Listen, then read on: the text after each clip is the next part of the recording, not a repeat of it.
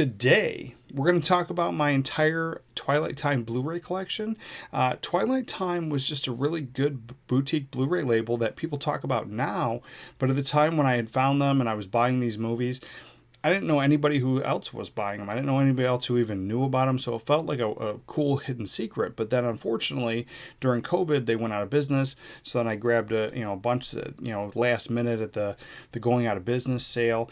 And every now and again, I'd add one or two I'd find on eBay for what I thought was a decent price. So here's the collection. But if you stay till the end, I did find a place where you can get some of these titles I have here brand new and not have to pay the crazy eBay prices. But let's dive in.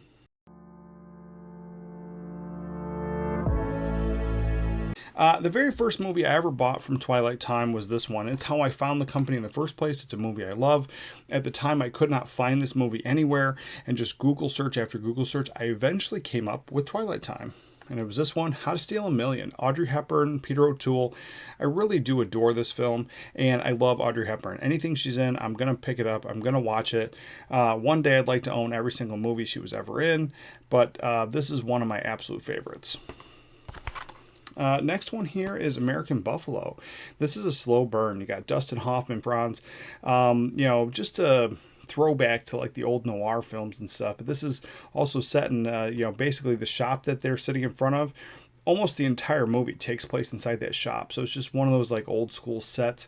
I just really enjoy this one. It's not for everybody because of the slow burn, but I did like this one. Next one here, Reese Witherspoon, Man in the Moon. I remember seeing it when I was a kid, so it was a no-brainer. Had to pick it up. This is one of my all-time favorites for the time period. I really enjoyed it. I love the movie poster. Everything about this, it hit all the right notes, and it's a comedy. So it's got Elliot Gould and Michael Caine, Diane Keaton. It's called Harry and Walter Go to New York. At some point, these guys are in jail. They're comically screw up and steal some plans to rob a bank, and then they're going to go rob a bank. It's just an interesting film. I really do love this one. This one here, this is a great film. However, the subject matter, the entire movie, it's kind of not. Like, this deals with all kinds of like sad, horrible things. At the time when it came out, it was based on one of the best-selling books at the time, and so it's just very well received. But the cinematography is excellent, the acting's excellent, everything about it. This is a good movie. It's just the subject matter leaves you feeling kind of empty and sad. But it's 10 North Friedrich. It's got a little bit of everything. Infidelity, divorce, loss, alcoholism, death from alcoholism, like all kinds of stuff, like daddy issues, mommy issues. Just a weird one, but really good in all other aspects. So it's the only reason I really keep it around. I just watched it again not too long ago, and again, it's one of those, you just kind of feel a little empty when you leave this one. This is a great one. So Pat Boone, Shirley Jones, April Love. This one is a melodrama musical. It's something I wasn't really familiar with. As you're watching it, you kind of forget it's a musical because they don't do a lot of singing and there's really no dancing or anything. But when the singing comes, it's really enjoyable. I do love this one, and a young Shirley Jones, she's a knockout. 10 Rylington Place. Now this one, it's based on a true story. This guy, he just starts killing everybody and kind of getting away with it. And, he gets away with it for quite a little while. And I'm pretty sure, I haven't seen it in a while, but I'm pretty sure it takes place in England or London, in around that area specifically. But just an interesting film. Here's a foreign one, Appassionata. I'm pretty sure it's an Italian film. Really enjoyable. I do like foreign films, and this one is, I think, the only one I picked up from Twilight Time. This is another one. Everything about the film I really enjoy. Subject matter, it's kind of not for me, but still an enjoyable film, so I still own it. Is Elvis Presley, Wild in the Country. It deals with all kinds of like mental health issues and fighting with the family. It's an interesting film. Everything about it, I think is well acted, well done. It's well shot. Again, the subject matter just it's not for me. But I have kept it because everything about this film is excellent. Elvis Presley and Kid Galahad. This is actually really enjoyable. I don't own too many Elvis films, but I do like this one. This is one that's really interesting. So Tim Daly, Penelope Ann Miller, Year of the Comet. Really enjoyable. This one here, it felt like a throwback to like the 30s or 40s and that type of cinema. A little bit convoluted. Like some guy, they crash their helicopter into some guy's house and he almost doesn't care. And then he gives them their car to go along their way. It's one of those. It's just kind of interesting. But they come across this really expensive rare bottle of wine. They're trying to sell it for like $1 million. And this is like 1980s money or early 1990s money. So, quite a bit more today. And as they're trying to sell it, some people are trying to steal it, but then there's like some kind of special formula, that some scientists are trying to get, or some like bad guys are trying to get, that might also be in or around that bottle. So there's like two different groups of people now chasing it. It's an interesting film. At the same time, it felt like something that really belonged as like a TV movie. So I don't know the whole history of this. It may have been, but I still really enjoyed it. It's a fun film, and I watch it every now and again. Here's an old Vincent Price film, as I'm trying to always collect all the Vincent Price movies. This one, he's almost unrecognizable. He's younger and just interesting. So I did like this cover, and it's an old black and white one, Dragonwyck. Again, I know it's not for everybody, but for me, this was really enjoyable. Here we go, classic Charles Dickens, Nicholas Nickleby. So this one here, just a super excellent film, just really enjoyable. I was pleasantly surprised after watching this one. This one here, The Last Detail with Jack Nicholson, excellent film.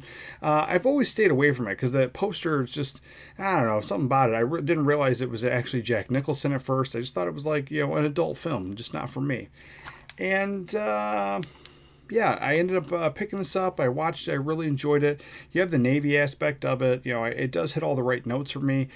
Even though they didn't get everything right about being in the military, being in the Navy, a lot of the lingo was there. A lot of the experiences are very similar. Obviously, I didn't have the exact same experiences here, but I had some similar ones. And Randy Quaid is in this, and he plays a guy who steals something. He supposedly has the money. He doesn't know why he stole it.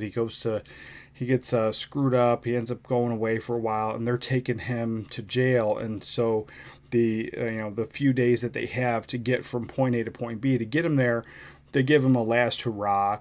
Really enjoyable. A young Carol Kane is in this one. But yeah, this is one I highly recommend. I watch it every now and again. This one here, it's odd and different, but it's got Peter Cushing, Vincent Price, and it has Christopher Lee. So you got three of my favorites all in this film, but this is not their typical film. So it's still a horror, but it's got some like spy stuff and government and espionage. It's like added in, like some mad scientist stuff. It's interesting, but I love that movie poster, but it's a wild one. It's not my absolute favorite with all three of these guys, but somehow it's an enjoyable film.